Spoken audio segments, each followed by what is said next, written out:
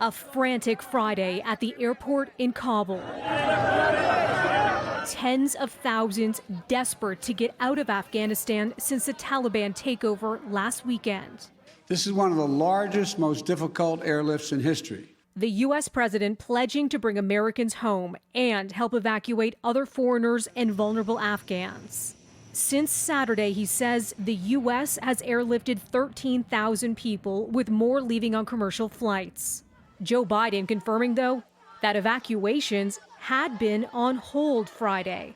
U.S. media reporting there were no exit flights for an 8-hour period. We paused flights in Kabul a few hours this morning to make sure we could process the arriving evacuees at their transit points.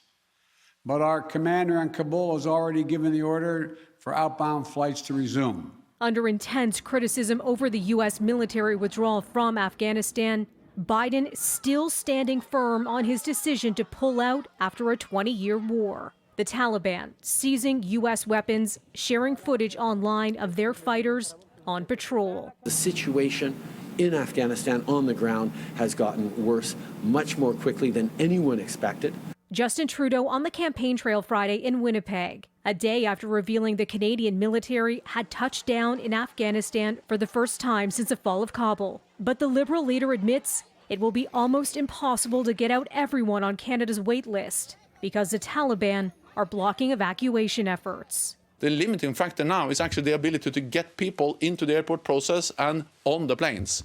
NATO's Secretary General says chaos outside the airport is keeping people from accessing evacuation flights. Satellite images show massive congestion in the region.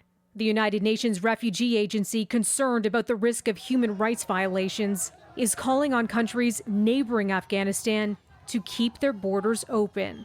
As of today, those who may be in danger have no way out. And more on the Canadian efforts. The Department of National Defense says 2 aircraft, which have been reconfigured to carry the maximum number of passengers as safely as possible, they'll be flying on a rotating basis into Kabul as long as the safety situation allows.